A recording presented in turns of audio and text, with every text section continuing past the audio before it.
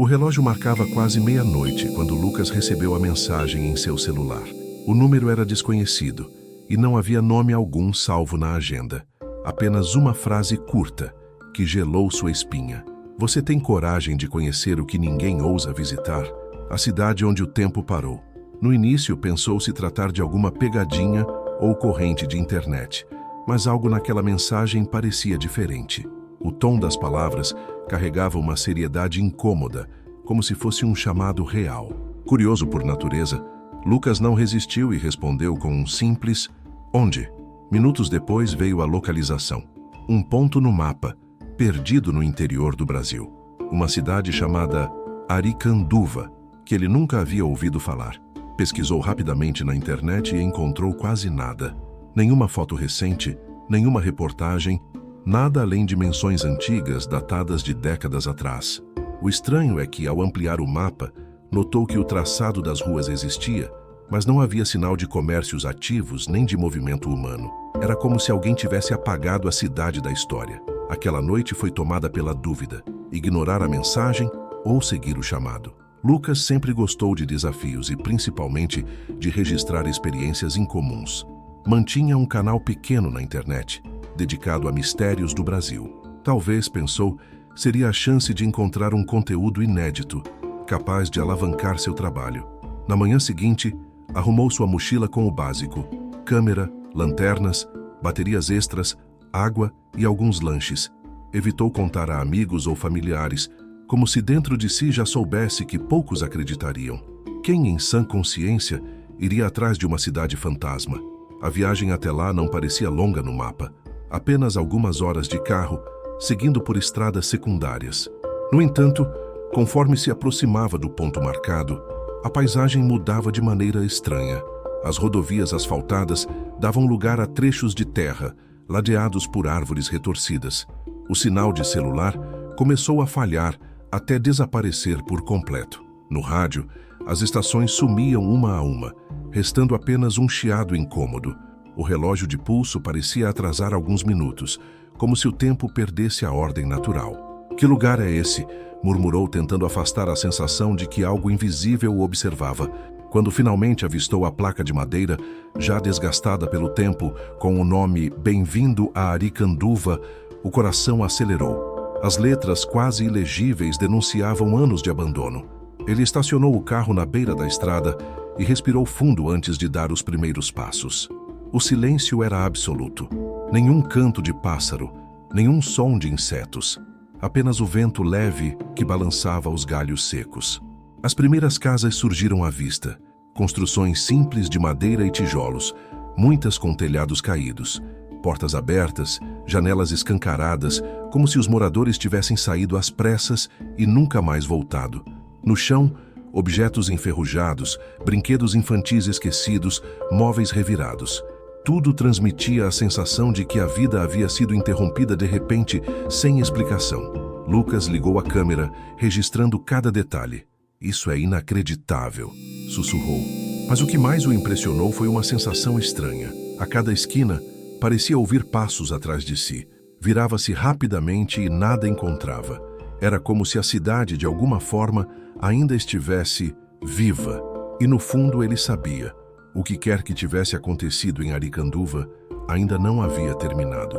O sol já começava a descer no horizonte quando Lucas atravessou a pequena praça central de Aricanduva. A praça tinha um coreto enferrujado, bancos quebrados e uma fonte sem água, tomada pelo musgo. O que mais chamava a atenção era a igreja. Imponente, construída em pedra, mas com as portas escancaradas e vitrais quebrados. Ele apontou a câmera para a fachada e falou com voz baixa, tentando registrar a atmosfera para o canal. "Estou no centro da cidade. Tudo parece abandonado há décadas, mas ainda há marcas de vida.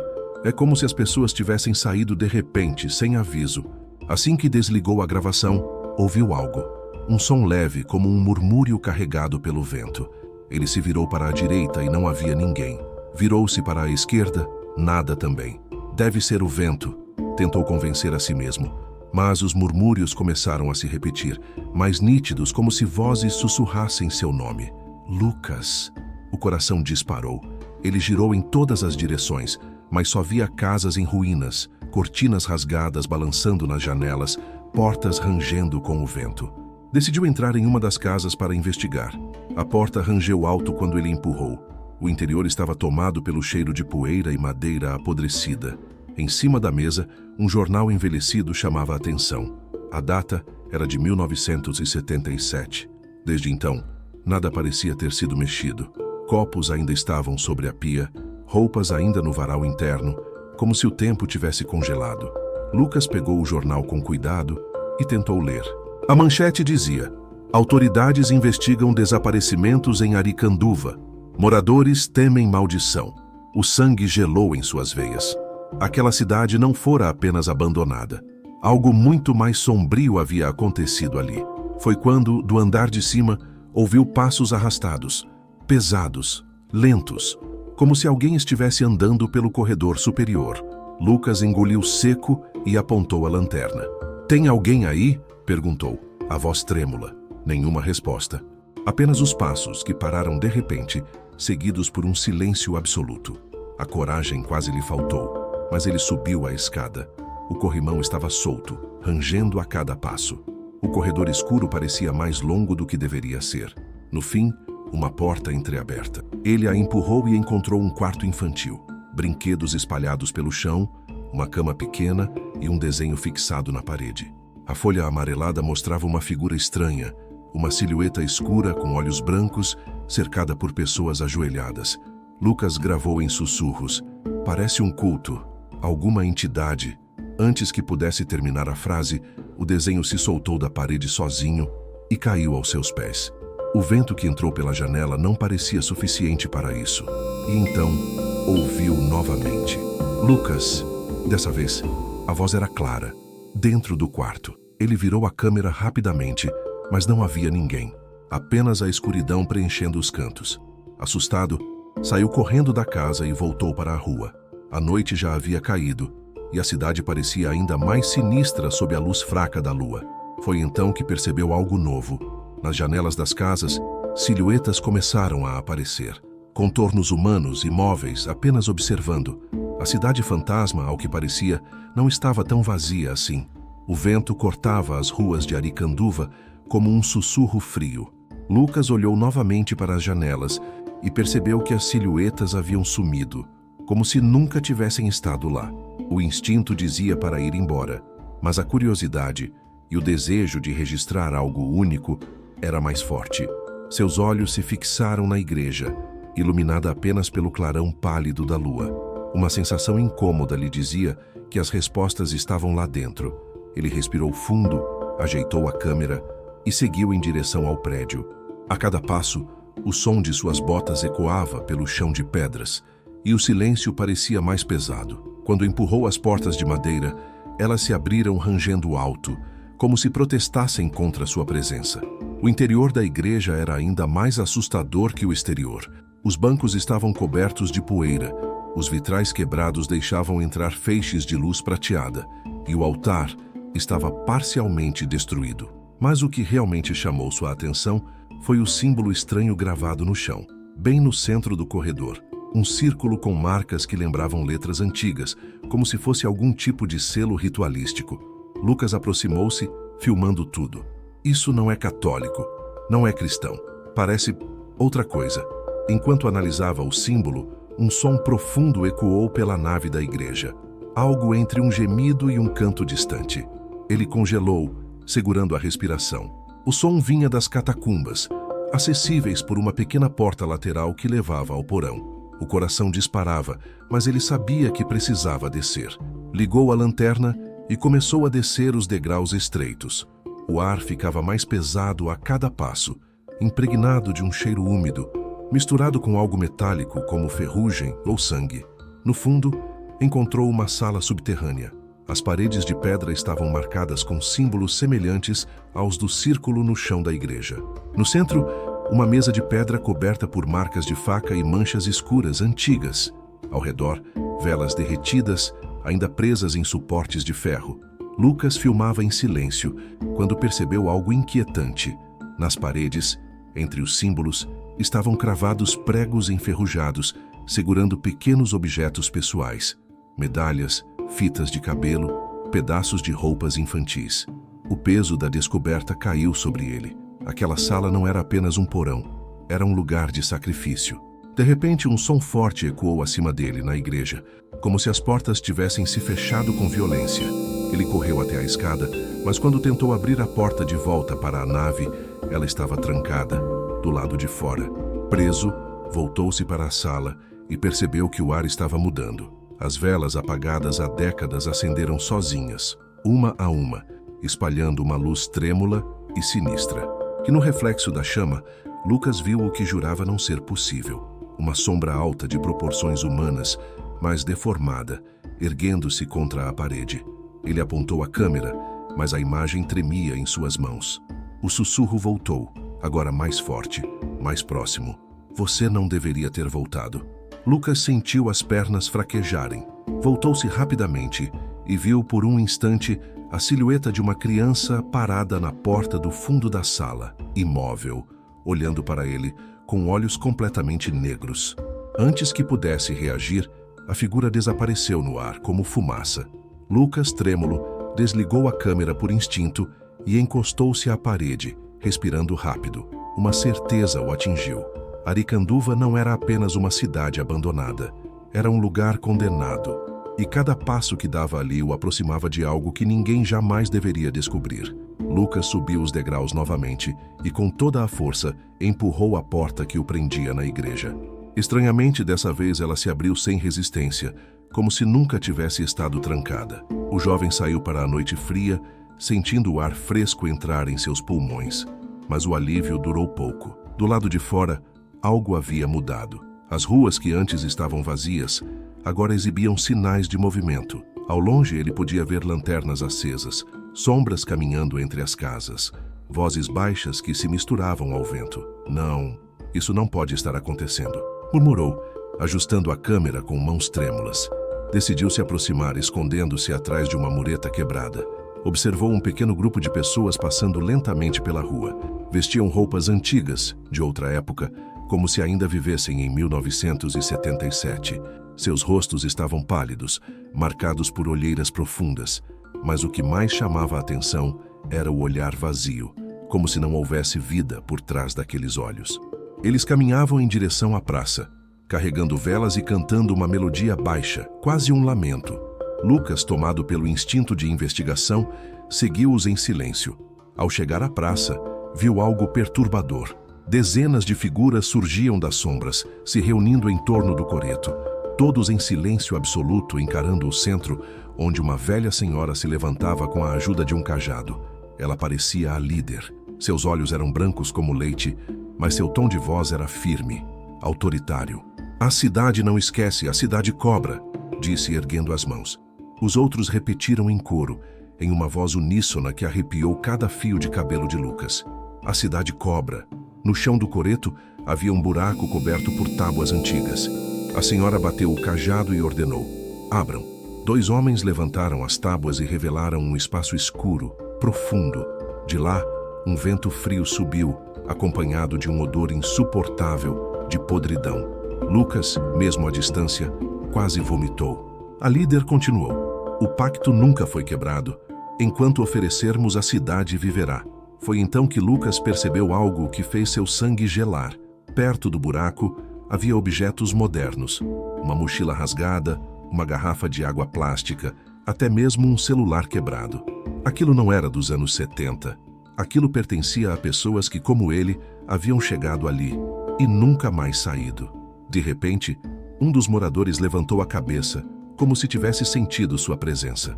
Olhou diretamente para onde Lucas estava escondido. Seus olhos negros refletiram a pouca luz das velas, e um sorriso lento se abriu em seu rosto. Temos visita, disse com uma voz arrastada. O coro inteiro parou.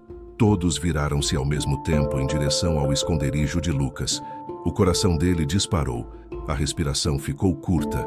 Sabia que, se não se movesse rápido, se tornaria a próxima oferta ao pacto da cidade. Com um impulso de pura adrenalina, largou parte do equipamento no chão e correu, atravessando ruas escuras, ouvindo os passos pesados e coordenados atrás de si. A cada esquina, parecia que mais moradores surgiam, bloqueando o caminho, como se a cidade inteira tivesse despertado para caçá-lo. Ele virou em uma rua lateral e se escondeu dentro de uma antiga barbearia. A madeira da porta mal se mantinha firme e ele segurou a respiração enquanto ouvia as vozes se aproximando. Ele não pode escapar, disse a voz da velha senhora. Arikanduva não permite que ninguém saia sem pagar o preço.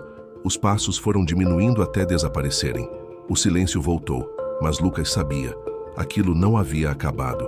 A cidade inteira estava contra ele. Enquanto tentava se acalmar, notou algo escrito na parede da barbearia em letras trêmulas, provavelmente feitas às pressas com carvão ou sangue. Se entrou, não fuja. Descubra. É a única chance de sair. As palavras ecoaram em sua mente.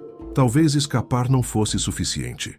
Talvez ele precisasse entender a maldição. Ou morreria tentando. Respirando com dificuldade, Lucas permaneceu na barbearia por alguns minutos, tentando recuperar a calma. O silêncio parecia mais sufocante do que o barulho da multidão que o caçava momentos antes. Decidiu explorar o local em busca de algo que pudesse ajudá-lo a entender o que estava acontecendo. Atrás do balcão empoeirado, encontrou uma pequena porta trancada por um cadeado enferrujado. Com esforço, conseguiu arrombá-lo usando um pedaço de ferro.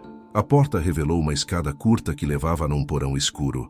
Ao descer, a lanterna iluminou um cenário perturbador. Pilhas de cadernos, jornais antigos e caixas cheias de documentos. Era como se alguém tivesse reunido a memória da cidade e escondido ali. Lucas folheou um dos cadernos.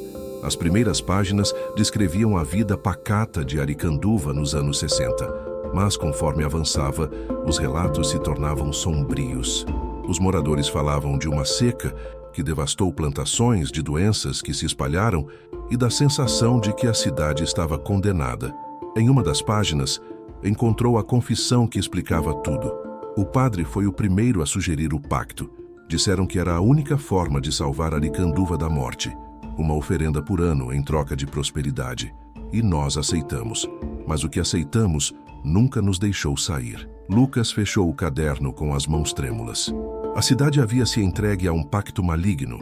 E o preço não era apenas a vida de inocentes, mas a própria alma de Arikanduva. Os moradores não haviam desaparecido. Estavam presos, condenados a repetir o ritual eternamente. De repente, ouviu novamente o som de passos acima. Muitos passos. Eles o haviam encontrado. As vozes começaram a chamar em uníssono. Ele pertence à cidade. Lucas apagou a lanterna, tentando se esconder, mas sabia que não teria muito tempo. A madeira do piso rangia sob o peso dos que entravam na barbearia. O coração batia tão forte que parecia denunciá-lo. E então, pela primeira vez, ele ouviu algo diferente. Uma voz fraca, quase um sopro, que vinha de dentro do porão. Corra para o sino. Toque o sino. É a única saída. Sem pensar duas vezes, subiu correndo a escada, empurrou a porta e saiu em disparada pelas ruas escuras, com dezenas de figuras atrás dele. O som dos gritos ecoava, cada vez mais perto. O sino da igreja, enorme e enferrujado, se erguia como uma última esperança. Lucas escalou a escada estreita da torre, enquanto mãos invisíveis pareciam puxá-lo para baixo. Com todas as forças, agarrou a corda e puxou. O som do sino ecoou por toda a cidade, um toque grave e ensurdecedor. No mesmo instante, os gritos cessaram. O vento soprou mais forte e Lucas viu algo inacreditável. Os moradores começaram a se desmanchar em poeira diante de seus olhos, como sombras que nunca deveriam existir. Arikanduva silenciou de vez. Quando o som cessou, Lucas estava sozinho no alto da torre. Olhou para a praça e não havia mais ninguém. Apenas casas vazias, ruínas e um silêncio sepulcral. A cidade estava, novamente, morta. Respirando fundo, desceu e correu para o carro. Dirigiu sem olhar para trás até alcançar a estrada. Quando finalmente pegou o sinal no celular, percebeu algo estranho. A localização de Arikanduva havia desaparecido do mapa. Era como se a cidade nunca tivesse existido. Lucas salvou todas as gravações. Ele sabia que se não contasse aquela história, ninguém acreditaria. Mas, no fundo, uma dúvida o assombrava. Será que ele realmente escapou? Ou será que, em algum momento, a cidade viria cobrar sua parte? E se você chegou até aqui, me diga. Você teria coragem de visitar a cidade fantasma de Aricanduva? Ou será que apenas ouvir essa história já foi perigoso demais? Inscreva-se no canal agora mesmo, porque muitas outras cidades esquecidas e mistérios ocultos do Brasil ainda precisam ser revelados. Mas cuidado, nem todos que procuram respostas conseguem voltar para contar a história.